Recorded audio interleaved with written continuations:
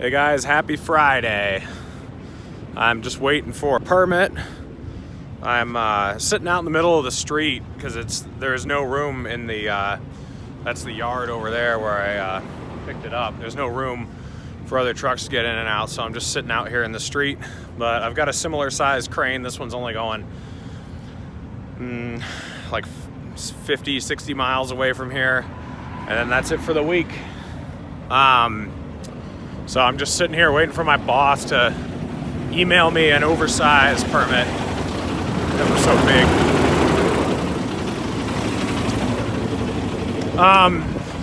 Wanted to talk about censorship from big tech mostly, but just censorship in general. I understand that some people believe that once it gets to like they say once you're yelling fire in a crowded theater that you're beyond the protections of the First Amendment.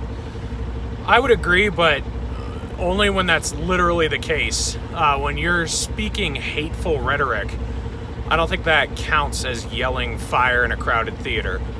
I think only if you are inciting immediate danger, only if you're directly threatening violence or endangering the situation you're in with your speech is it at the point that you're not under the protection of the First Amendment anymore. Hate speech does not exist. Conspiracies, hateful speech, none of those things should ever be shut down. They should be argued against with logic.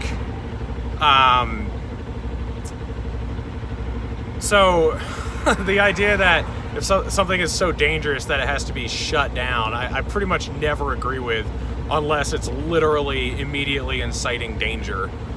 So I'm totally against the censorship of Donald Trump.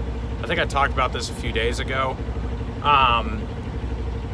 Now, a lot of libertarians get upset when I say that because they say, well, Twitter and Facebook and YouTube and Google, they're private companies, so they can do whatever they want. So a couple things. First of all, I'm not actually even saying that I think government action is necessary. I am just saying that I think what is happening is wrong, and libertarians need to stop thinking that giving your opinion on a situation is somehow violating the non-aggression principle. That's absolutely stupid. I mean, you should be able to speak your mind. Secondly, I don't really think they are private companies per se, because they've been working hand in hand with the government. If you don't think that the censorship is desired by the government, if you think it's just Twitter doing it for its own laughs, that they're not getting anything out of it, I think you're wrong. It would be like libertarians defending Raytheon for making all the missiles they want and saying, yeah, well, they're a private company, they can do whatever they want. If they want to trade with Saudi Arabia, that's fine with me. But it's just stupid. Like, you don't there's a disconnect here. You guys, we don't have that attitude toward any other scenario where there's such a strong relationship between the government and corporations. We're always for complete separation. So I don't support breaking them up. I'm not a lawyer, but Section 230 doesn't really seem to be the problem to me. It could be. I could be convinced otherwise, but it certainly doesn't seem like the right thing to do is to completely repeal it, because the problem with repealing it is that you have government on the other side that is abusive, that will now be able to take advantage of the lack of Section 230. So you'll have frivolous lawsuits, you'll have people suing these companies for something that somebody said on their platform when the company isn't what published it. The company just doesn't censor everything. So by removing Section 230, you're actually encouraging more censorship. Every single post is going to have to be monitored before it's approved if you just get rid of it. I think there's an argument for rewriting it or reforming it. Tulsi Gabbard and I forget what the other guy's name, actually introduced a bill a couple months ago, and from what I read out of it, it made sense. And as I said, I'm not a lawyer, but it seems like Section 230 should maybe be rewritten, but just straight up removing it is just going to end the entire concept of social media, because you won't be able to post whatever you want anymore. They're going to have to ban more people. They're going to have to pre-approve every single post. So just realize if you're advocating repealing Section 230, that's probably what's going to happen. But there absolutely needs to be a complete divorce between the government and the social media companies. One great example is with the Fourth Amendment. They have the backdoor access to all of our search history and all the websites we've been on. That's got to go. If you noticed, all this censorship really got ramped up after Congress called in the heads of social media a couple years ago, and AOC was there, and a bunch of people, screaming at Mark Zuckerberg and all these guys for allowing false advertisements to be on Facebook and Twitter and YouTube.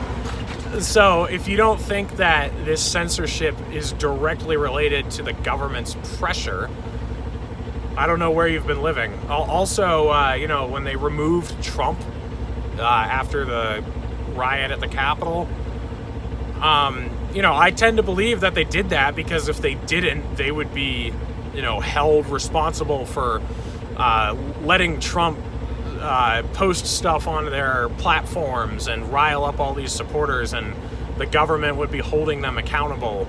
So this is not a cut and dry private versus state deal. It is, as usual, a messy marriage of corporation and state.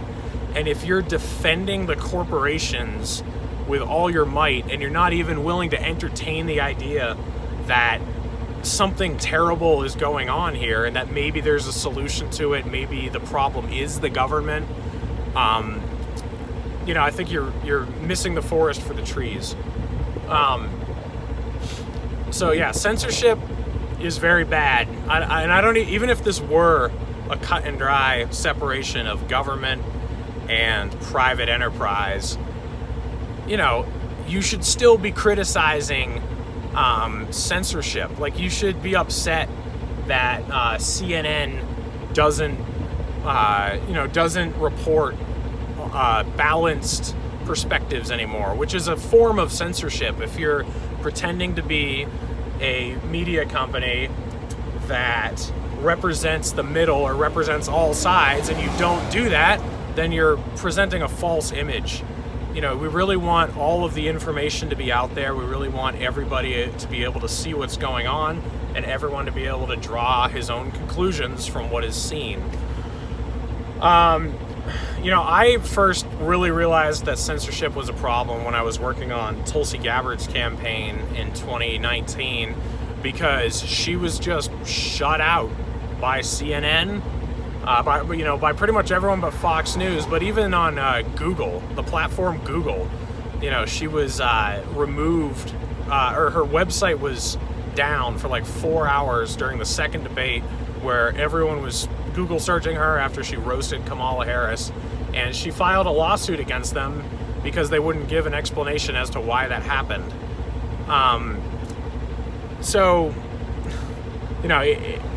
I'm one of the few libertarians who has realized that this is a big problem, and a lot of you other libertarians didn't say anything until they started going after Ron Paul the other day, and that's not a good look.